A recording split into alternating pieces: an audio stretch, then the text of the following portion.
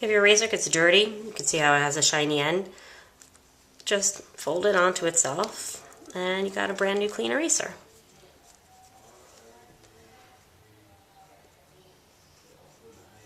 Now notice that the outlines that I first drew when I was making the shape of this object no longer really exist. I'm able to show the object because of the difference between the shadow behind it and the lighter edge of the marshmallow. The same line looks lighter next to the shadow right here, and when the shadow ends, then this end now is darker than the white paper, so it sort of reverses. If we just did a heavy outline, we wouldn't be able to show that, and that's important.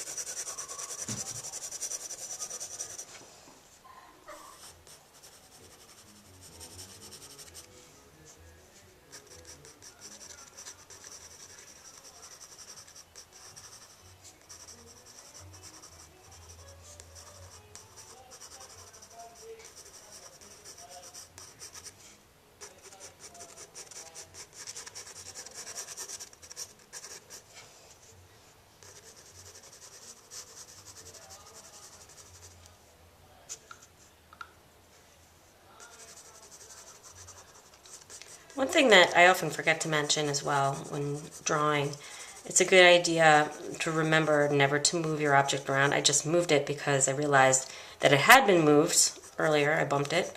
So it was starting to look a little different than my drawing. The quickest way to confuse yourself when you're drawing is to move the object and look at other sides of it. Because when you're drawing, you really only have to look at the viewpoint from which you're looking at the object. If you confuse yourself by looking at too many angles, then you're going to go nuts.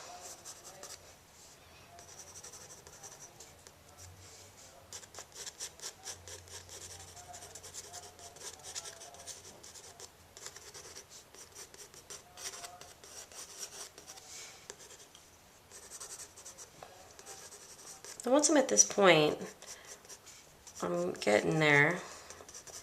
I notice that this thing, the shadow right here, needs to be a little darker.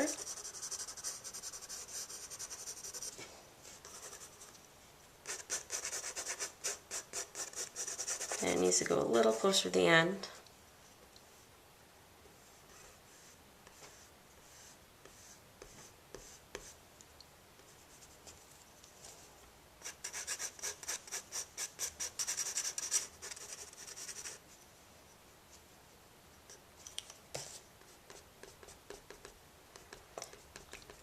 And one thing I want to point out is that as I'm drawing this, there appears to be an area where there is no boundary that's very clear between the flat end and the rounded body of this marshmallow. There's a clear boundary here between the shadow and the lighter body of the marshmallow. And here it's lighter than this shadow here. So we can see that there's a boundary over there. But here it gets a little fuzzy, and that's okay. That we call an implied line, because anybody looking at this would just make that connection. So it's all right if some information seems to get a little bit fuzzy. Actually, it sometimes makes drawings more interesting. Makes people think a little bit.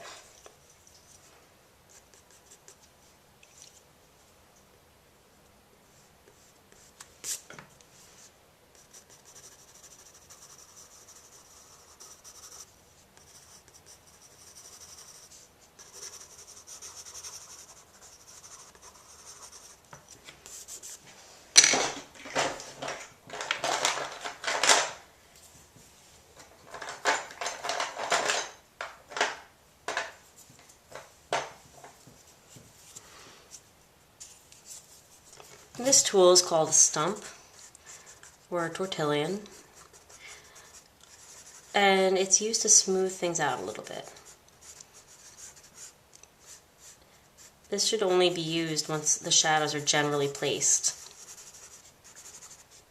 It's more like a finishing touch than an actual shadow maker.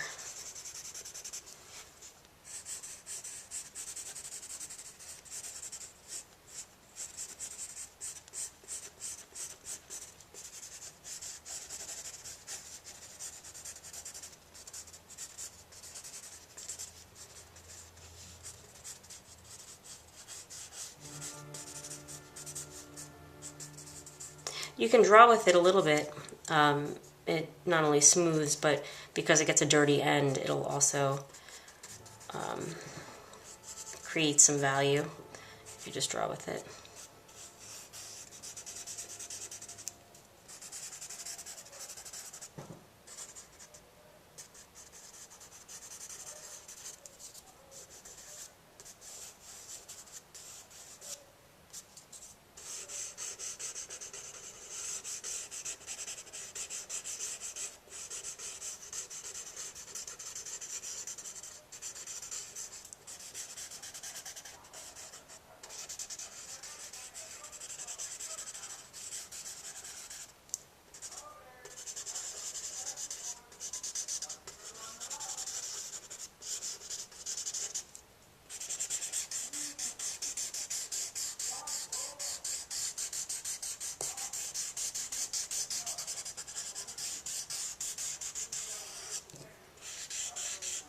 It's also good for making the soft edges around shadows.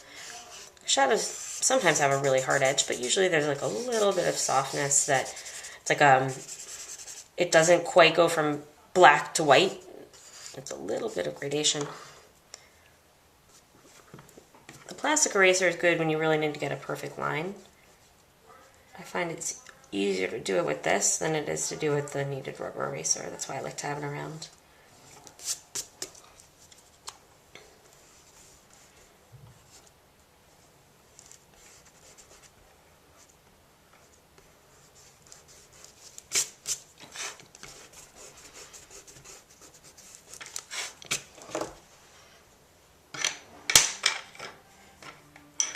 I'm going to grab my 4B pencil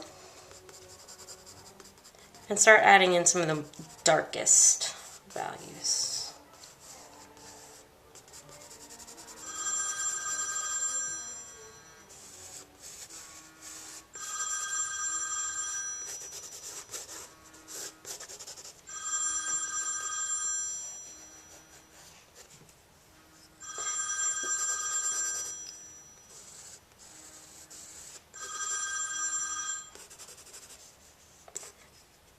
The crack is going to be much darker than the rest, so you can add a little bit there.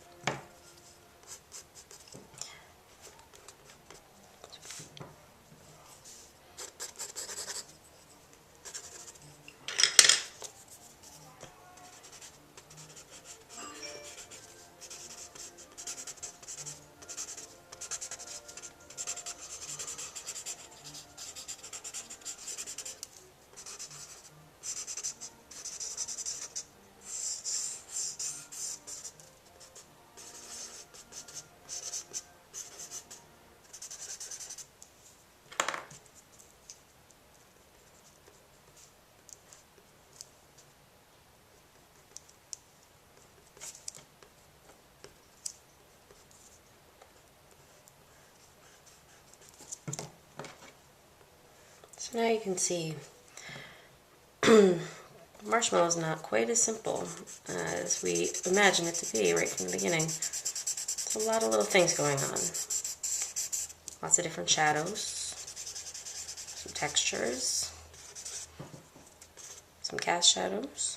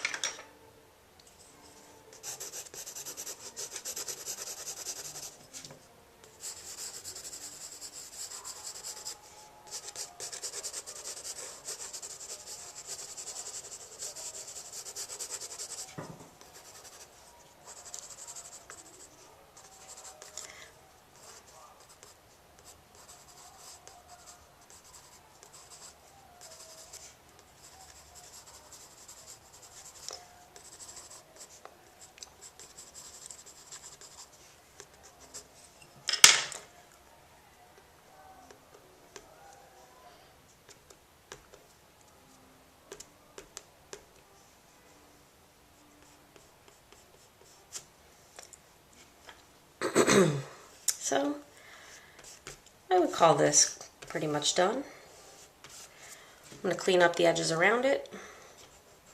I'm going to leave those shadow edges a little soft.